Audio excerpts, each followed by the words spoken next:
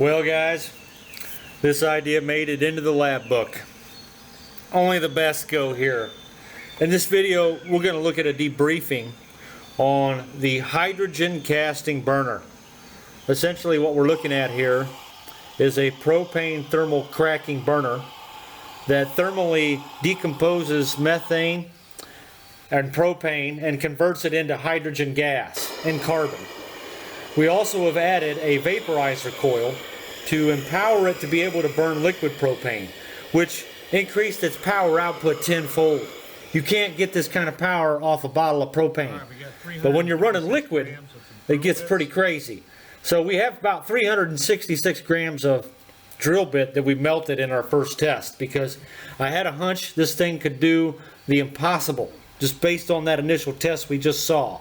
And sure enough, I have never seen a puddle of metal glow so bright in my life, because I've only been able to do it once, and that was with enhanced oxygen.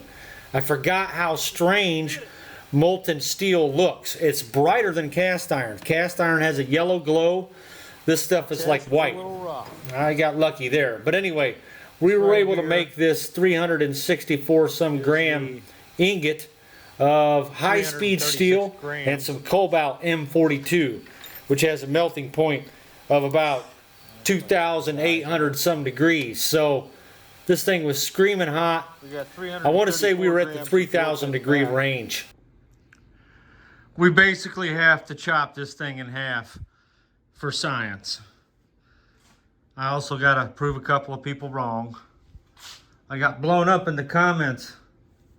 So we're going to show the carbon production. And I kind of want it from my lab book too.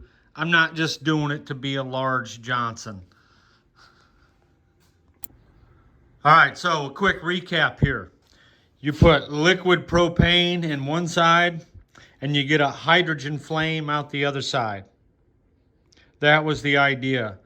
The reason I use this large expander or vaporizer coil, whatever you want to call it, is because that's just what I had on hand. I had a couple of these things sitting around.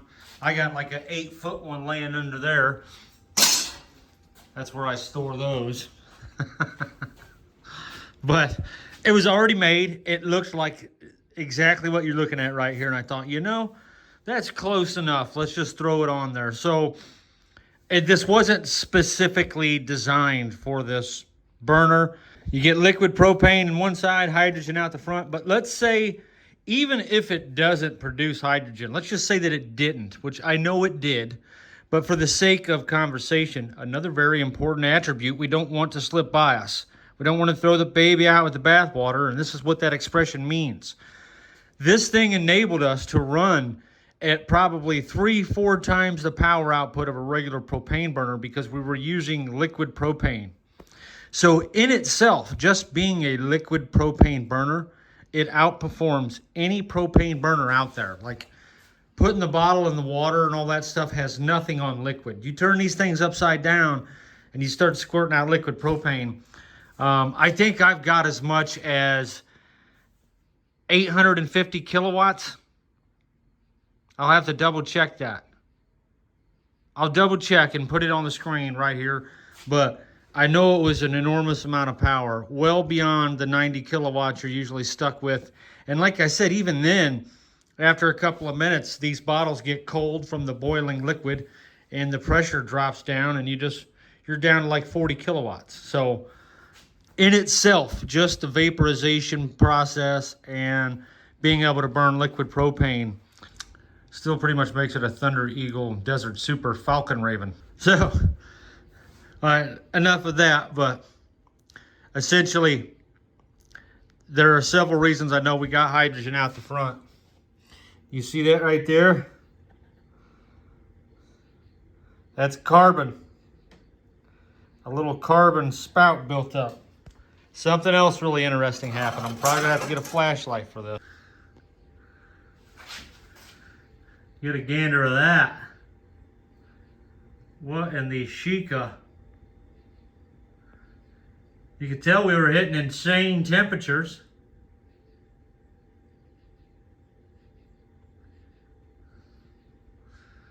I thought that was some kind of buildup at first. I'm like, oh wow, We weren't burning the propane, darn it. That's what I initially thought. That is metal bulged out, you guys. That combustion can is like 1 millimeter thick. And we were probably clogging up somewhere, as expected. But I wanted to see how long it would last, because, you know, if you were to pulse air through this while it's still hot, you can light the carbon on fire and burn it all out of there, like very quickly. So that was the plan, was to try and burn it out. Probably would ruin this brass penstock, but we're going to chop it in half and take a look.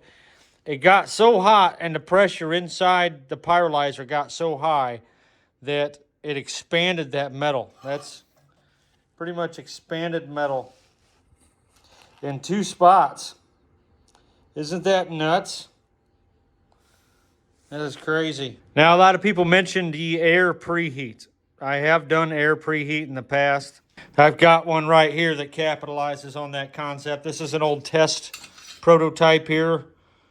And you can see here the air comes through, gets heated up by the body, and goes down into the nozzle.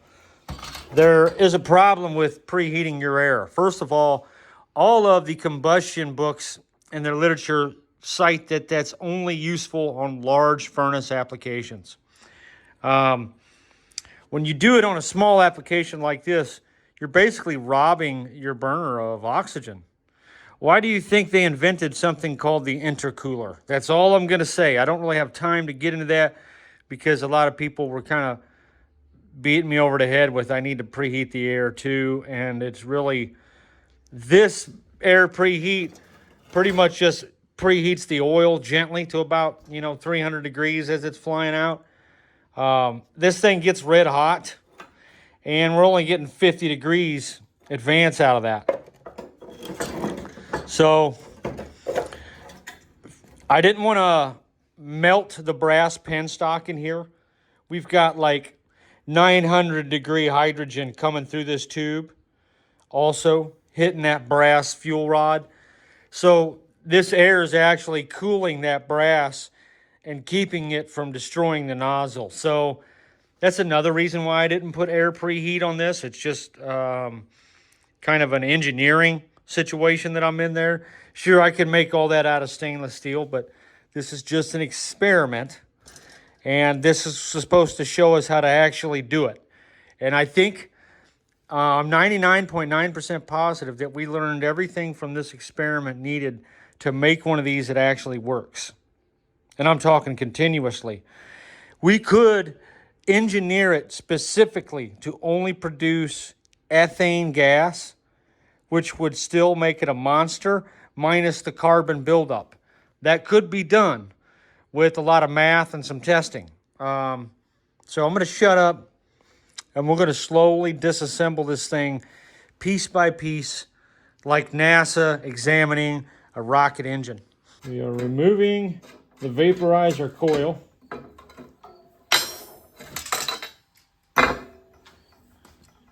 There's that. This needed to be twice as long and probably a little bit smaller in diameter.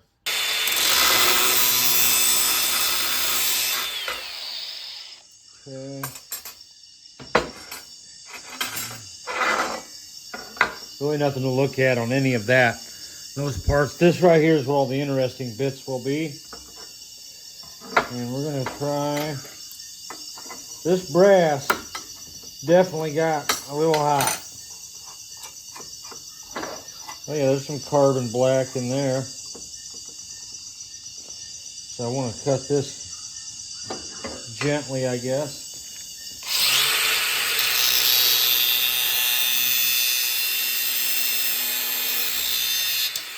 I seen carbon black kind of billowing out of there as I made the cut.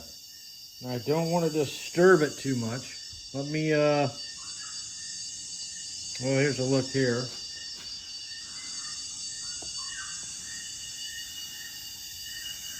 All these lights in here, and it's too dark to see the piece. I'll pick you up. I gotta pick you up. Hold on.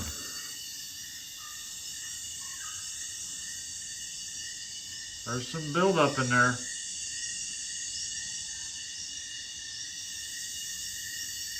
Did I catch it on fire? I think I caught it on fire. I'm not kidding you. We did have some naysaying going on.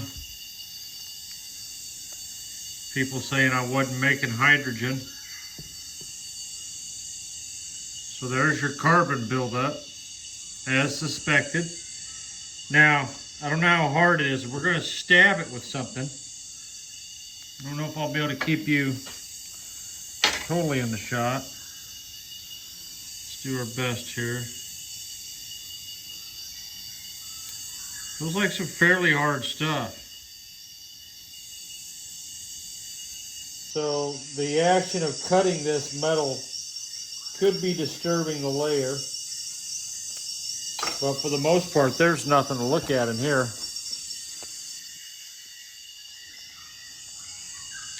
So we are getting some carbon drop out in the cold spots, most likely. That's what I'm guessing. So there's carbon in there.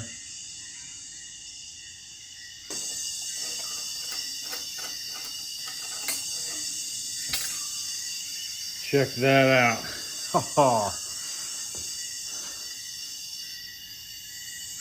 So there's some proof right there we were making hydrogen. I don't know if you can see that or not, but there is a carbon tube forming.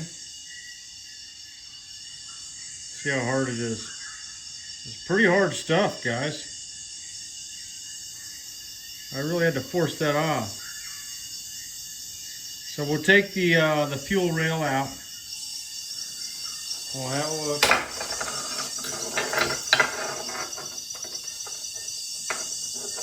Oh wow, it's super loose. Cooked itself right out of there. I can see light through it. So it was building up carbon.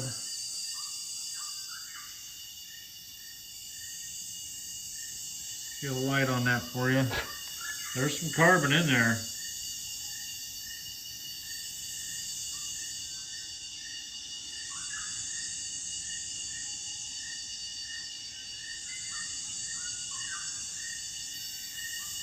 Not too bad though. It's doable. Could probably run the thing a couple of times before you had to do the carbon burnout.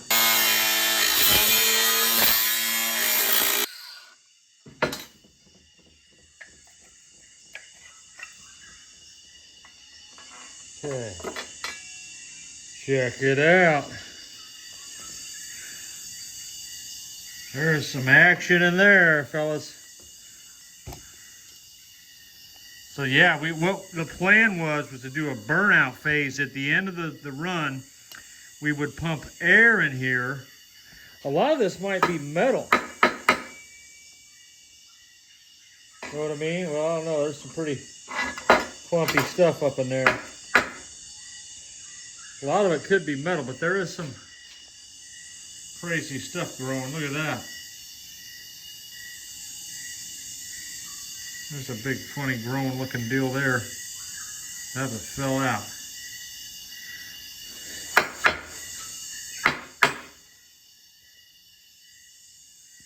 So there's your proof that we were making hydrogen for the naysaying that was going down. I could tell by the color of the flame. Another commenter made that comment also, that it looked like a hydrogen flame. And anyone who's actually ever seen hydrogen burn, it's kind of a weird orange flame. It's not, it's clear in some cases, but usually not. Okay, so a lot of this looks like metal. Yeah, this right here is metal that came off. And because there was no oxygen in there, it's kind of oxidized. It's been reduced. That's a flake of reduced oxidation. Oh yeah, there's a big old nodule of carbon I just plucked off. It feels really weird. It might be a piece of, it feels like a piece of metal with carbon all over it. Like the metal started to boil. Yeah, a lot of this is metal that has been reduced by the hydrogen gas. Hydrogen gas is a reducing agent. So that's what we're seeing here. This is oxidized metal with carbon growing on it. And the hydrogen gas was reducing the oxidized metal back to a chrome. This is a lot of chrome and stuff. Mostly a lot of flakes of metal that, here we go, look at this thing here.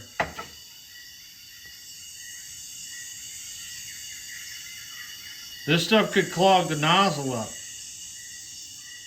So the next design is going to have to take into consideration this mess here. Dude, that is so crazy. The hydrogen completely reduced the chromium oxide coming out of the stainless back into chrome. This reduced metal is more of a sign than hydrogen production than anything, in my opinion. That is just not common. So here we go. Oh, jackass. There is minimal carbon buildup on the inside wall, but yet there is carbon present. You can clearly see it. And check that out. That is too cool. Wait till you see this. I know what's going on here. I know exactly what happened now. It makes total sense. If I could just touch the damn thing. Guys, we were reaching temperatures at the melting point of stainless steel. Look at that, we got a little pinhole. Hello. See that? Little pinhole right there. We've melted this. This is melted metal. That is pretty impressive. Yeah, that's melted metal right there. Sorry. Probably blinding you. I don't know how well you can see this. Well, that don't work. We need some yellow light in here. It looks amazing. Like the color of the metal has clearly been reduced by hydrogen gas, fellas. Hydrogen gas clearly reduced that metal. It looks like some really nice melted stainless.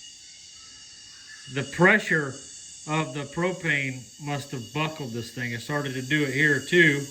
But that's also a point where the metal melted. There's a big blob of melted metal right there.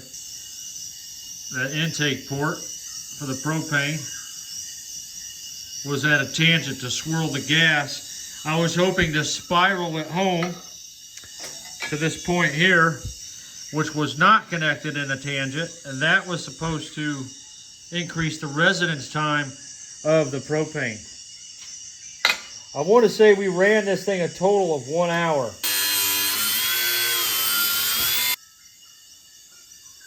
Oh yeah, we were melting metal, plain and simple. Look at all that carbon. Ha ha. Yep.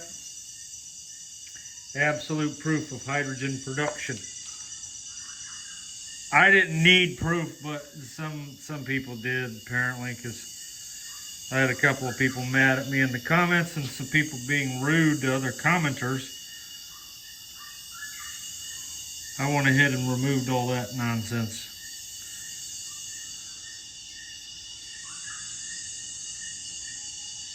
So yeah, look at that. Let's see what this does. So you would definitely need, that's on there pretty good. I mean, it's not just going to fly off from the propane blowing by it. It might erode off from other particles hitting it. So how we didn't get like a clog at any moment, look at all this debris that came out of this thing. It's a pretty good pile of stuff. I mean, look at that. And yet it did not clog. I mean, nothing that we could see anyway. We didn't see the burner shut down. We just noticed the thing just kept running like a champ. We were melting combustion chamber because the temperatures were just getting too hot. This is 304 stainless steel. And I believe the melting point's around 2,680 or something like that. I'll have to double check, but oh yeah, where's that thing back in? Okay, this here has some interesting stuff going on. There's some carbon buildup. Nothing like substantial enough to shut us down. So there's two things we could do to fix this problem. We could put a spiral rib inside of this thing that causes the fuel to go in that rotation. We could make it a little bit thicker, make it of a thicker metal, like a 0.043 or something, or a 0.06. This is like 0.020 or something like that. Maybe a 0.028. I'll have to double check. But it's 1 millimeter thick. Whoa. Check that bad dude out. I don't even know where that came from. It probably fell out of here. There's a big old chunk of buckyball. Thick in a couple of spots. I got these two pretty big pieces. And I feel like a guy could burn this stuff out of there no problem. Maybe not. If it's already red hot and you blow air on it, it should stay lit for the most part. Carbon does not burn as easy as you think it does, by the way. It's not charcoal. Yeah, so that's not really trying to light up, but I know it'll burn out of there. It's more like graphite or something right now. This could be some oxides of metal too mixed in with it. Certainly not extremely flammable stuff. So there we go. I just chopped up the most beautiful damn burner I ever built, but I would have much rather just left it as a decoration, but I had to see this. I'm glad we did it, because that is just damn interesting. I knew we were on the verge of melting stuff, but on the outside here, you see how oxidized it is from the oxygen, and on the inside, it's all shiny because hydrogen is a reducing agent.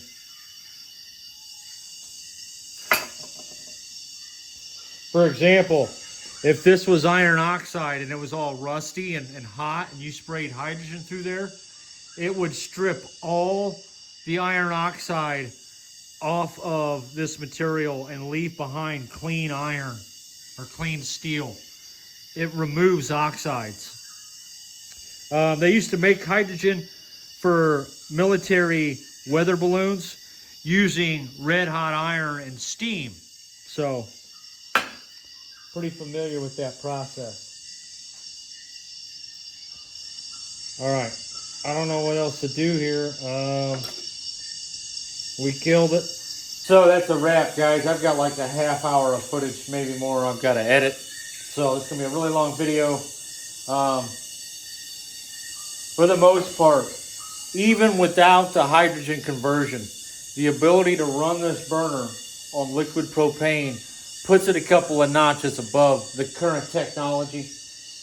They do sell liquid propane burners for very large burners, for like emergency boiler burners. Like if you have an outage in a facility and your main boiler burner goes out, they sell small liquid propane burners. But I wanted to show you this. This is my DIY refractory adhesive. It's basically a high temp refractory glue. And I use this as a crucible lid to sit down on top of the crucible. But this piece was broken into 3 pieces of refractory concrete. You can see the crack line there and where I glued it back together. That rust came from the event, from us burning it. It came off the metal, I think. So it held out. This thing was gleaming white hot, man.